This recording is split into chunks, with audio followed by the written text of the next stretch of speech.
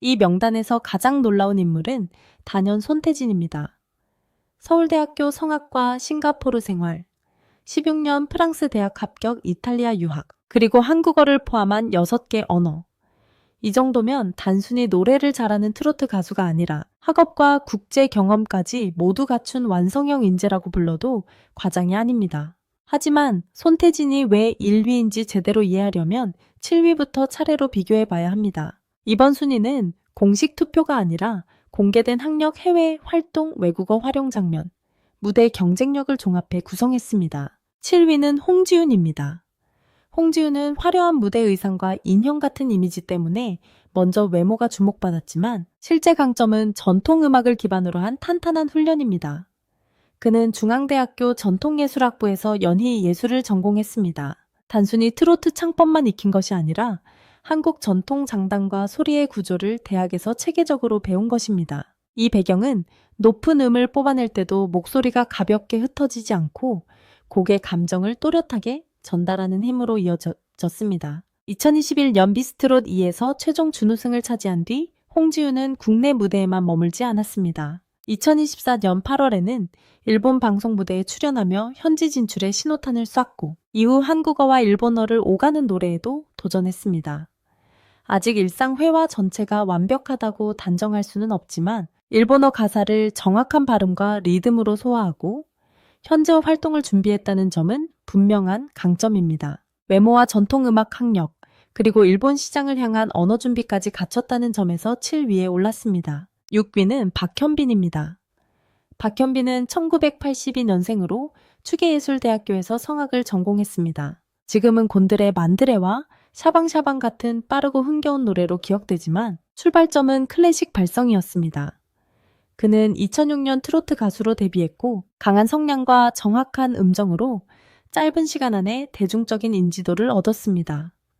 외국어 능력이 실제 성과로 이어진 시점은 2011년입니다. 박현빈은 그해 4월 일본어 버전 샤방샤방을 발표하며 일본에 정식 데뷔했습니다. 도쿄, 삿포로, 후쿠오카, 나고야 등 여러 도시를 돌며 프로모션을 진행했고 일본 공영방송 NHK 무대에도 섰습니다. 특히 일본 데뷔 초기에 통역만 의존하지 않고 직접 익힌 일본어를 섞어 관객과 소통하려 했다는 점이 주목받았습니다. 성악 전공자가 트로트로 성공한 뒤 다시 일본어 노래와 현지 방송에 도전했다는 사실은 그의 학습 능력과 적응력을 보여줍니다. 박현빈의 외국어는 시험 점수를 위한 기술이 아니라 시장을 넓히기 위한 실전 도구였습니다. 5위는 조정민입니다. 조정민은 세련된 외모와 큰 키, 피아노를 연주하며 노래하는 독특한 무대로 오랫동안 트로트계의 대표적인 비주얼 가수로 불려왔습니다. 그러나 겉모습만 보고 평가하면 가장 중요한 이력을 놓치게 됩니다. 그는 개원예술고등학교 음악과를 거쳐 국민대학교에서 피아노를 전공했습니다. 6살 무렵부터 피아노를 시작했고 대학에서도 연주를 전문적으로 공부했습니다. 2005년 가수로 처음 데뷔했지만 큰 성공을 얻지 못했고 이후 피아노 학원에서 학생들을 가르치며 다시 기회를 기다렸습니다. 2014년 트로트 오디션 프로그램을 계기로 재도전했고 피아노 실력과 무대 이미지를 결합해 자신만의 영역을 만들었습니다. 조정민의 외국어 경쟁력은 일본 활동에서 드러났습니다. 일본의 유명 작곡가와 협업하고 오사카를 시작으로 현지 프로모션을 진행했으며 일본어 노래와 방송 무대를 준비했습니다. 피아노 악보를 이해하는 능력, 일본어 발음을 익히는 집중력 무대에서 관객의 반응을 읽는 감각이 동시에 필요했습니다. 조정민은 단순한 비주얼 스타가 아니라 대학에서 음악을 전공하고 해외 무대까지 연결한 실전형 음악가입니다. 4위는 영탁입니다.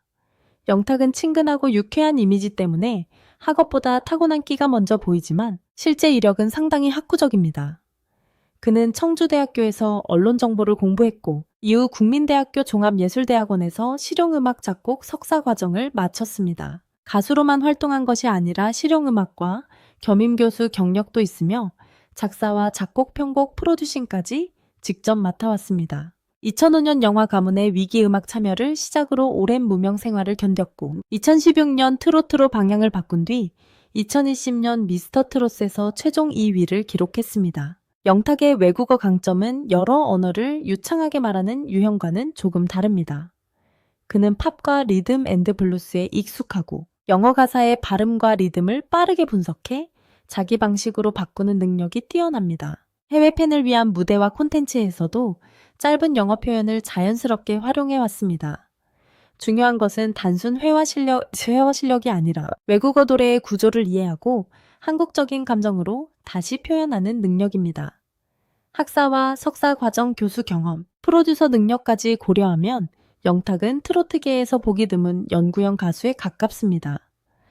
3위는 마리아입니다. 2000년 미국 코네티컷주에서 태어난 마리아는 한국 혈통이 없는 미국인이라는 사실만으로도 처음부터 큰 관심을 받았습니다. 영어가 모국어인 것은 당연하지만 더 놀라운 부분은 한국어를 배우고 트로트의 정서까지 이해한 과정입니다. 그는 15세 무렵 한국 대중음악에 빠진 뒤 한글을 독학하기 시작했고 미국 뉴저지 한인협회가 주최한 노래대회에서 1위를 차지한 경험을 계기로 한국과 가까워졌습니다. 이후 한국에 들어와 실용음악을 배우고 방송 활동을 시작했습니다. 2020년 12월 시작된 미스트롯2에서는 대학생부 참가자로 등장해 준결승까지 진출했습니다. 마리아가 부른 오래된 한국 노래가 화제가 된 이유는 발음만 비슷해서가 아니었습니다. 가사 속 시대적 감정과 가족 이야기, 이별의 정서를 이해하려고 주변 사람들에게 뜻을 묻고 표현을 반복해서 연습했기 때문입니다. 영어와 한국어를 모두 활용할 수 있다는 점은 해외 인터뷰와 국제 행사에서도 큰 장점입니다. 외국인이 한국어를 잘하는 수준을 넘어 한국인의 전통 장르를 자신의 목소리로 설득력 있게 표현했다는 점에서 마리아는 특별합니다. 2위는 장한별입니다. 1990년 호주 브리즈번에서 태어난 장한별은 외모 학력, 언어 능력 가운데 어느 하나도 약하다고 보기 어려운 인물입니다. 그는 호주 퀸즐랜드 대학교 치의학과에 입학했습니다. 안정적인 전문직으로 이어질 수 있는 길이었지만 결국 학업을 중단하고 가수의 꿈을 선택했습니다. 2011년 밴드 레드애플의 보컬로 데뷔했고 2013년에는 한국 국적을 취득했습니다. 한국어와 영어를 자유롭게 사용하고 일본어를 활용한 방송과 해외 활동도 이어갔습니다. 진행 프로그램에서 해외 가수들과 직접 대화할 수 있었던 것도 이런 언어 능력 덕분이었습니다. 국내에서 긴 공백과 무명 시간을 겪었지만 2019년 말레이시아 오디션 프로그램 빅 스테이지에 출연해 최종 우승을 차지하며 반전을 만들었습니다. 한국에서 크게 알려지지 않았던 가수가 언어와 가창력을 무기로 해외에서 먼저 정상에 오른 것입니다. 이후 2026년 무명전설에서도 상위권에 오르며 한국 시청자들에게 다시 존재감을 각인시켰습니다. 호주 명문대 치의학과, 입학영어와 한국어를 기반으로 한 국제활동, 말레이시아 오디션 우승이라는 조합은 쉽게 찾기 어렵습니다. 장한별이 2위인 이유입니다. 1위는 손태진입니다. 손태진은 1988년 서울에서 태어났지만 성장기의 약 16년을 싱가포르에서 보냈습니다. 초등학교와 중학교, 고등학교 시절에 한국식 교육만 받은 것이 아니라 현지 학교, 한국 학교, 중국어 환경, 미국식 국제학교를 두루 경험했습니다. 그 결과 한국어와 영어는 물론 중국어, 일본어, 프랑스어, 이탈리아어까지 접하며 6개 언어를 활용하는 능력을 갖췄습니다. 방송에서는 자막 없이 해외 뉴스를 빠른 속도로 시청하는 모습도 공개됐습니다. 학업 선택도 평범하지 않았습니다. 그는 호텔 경영을 공부하기 위해 프랑스 대학에 합격했지만 음악의 길을 선택해 서울대학교 성악과에 진학했습니다. 서울대학교 재학 중에는 약 1년 동안 이탈리아에서 성악을 공부하며 언어와 발성을 함께 익혔습니다. 2017년 팬텀싱거 우승팀 포르테 디 콰트로의 멤버로 이름을 알렸고 클래식과 크로스오버 무대에서 경력을 쌓았습니다. 그리고 2023년 불타는 트롯맨에서 최종 우승하며 트로트 가수로도 정상에 올랐습니다. 클래식 성악가가 트로트 경연에 도전해 우승했다는 것만으로도 놀랍지만 손태진의 진짜 강점은 여러 문화와 언어를 음악 안에서 자연스럽게 연결한다는 데 있습니다. 영어 노래는 영어의 리듬으로, 이탈리아 가곡은 성악의 발성으로, 한국 트로트는 가사의 감정과 호흡으로 표현합니다. 학벌만 높은 것도 아니고 외국어 개수만 많은 것도 아닙니다. 배운 것을 실제 무대에서 결과로 보여줬다는 점이 핵심입니다. 7명의 공통점은 분명합니다. 외모는 관객의 시선을 처음 붙잡았지만 그들을 오래 살아남게 만든 힘은 학습과 반복, 그리고 새로운 시장을 두려워하지 않는 태도였습니다. 홍지윤은 전통음악과 일본 활동을 연결했고 박현빈은 성악과 일본 데뷔를 연결했습니다. 조정민은 피아노와 트로트를 결합했고 영탁은 대학원 공부를 작곡과 프로듀싱으로 발전시켰습니다. 마리아는 영어권 문화와 한국의 전통 정서를 이어줬고 장한별은 호주의 학업 경험과 아시아 활동을 무기로 만들었습니다. 손태진은 그 모든 요소를 가장 넓은 범위에서 보여줬습니다. 또 하나 주목할 점은 이들의 외국어가 단순한 장식이 아니라는 사실입니다. 트로트는 가사의 미세한 감정과 호흡이 중요한 장르이기 때문에 다른 언어로 노래하려면 단어의 뜻만 외워서는 부족합니다. 박현빈과 홍지윤은 일본어 가사의 장단을 몸에 익혀야 했고 마리아는 한국어의 높임말과 오래된 표현까지 이제야 이해했습니다. 장한별과 손태진은 인터뷰와 방송, 무대 진행에서 직접 언어를 사용하며 실력을 증명했습니다. 결국 외국어는 해외 팬과 가까워지는 통로이자 새로운 음악을 받아들이는 훈련이었습니다.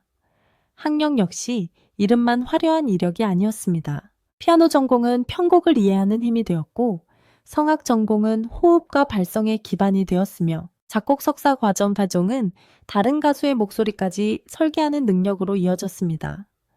그래서 이순희는 어느 대학을 나왔는지만 비교한 명단이 아닙니다. 배운 지식을 무대에서 얼마나 효과적으로 사용했는지, 언어 능력을 실제 해외 활동으로 연결했는지, 그리고 시간이 지나도 경쟁력을 유지했는지를 함께 살펴본 결과입니다. 여러분이 생각하는 진짜 1위는 누구입니까? 그리고 이 명단에 반드시 추가되어야 할 트로트 가수가 있다면 댓글로 이름과 이유를 남겨주시기 바랍니다.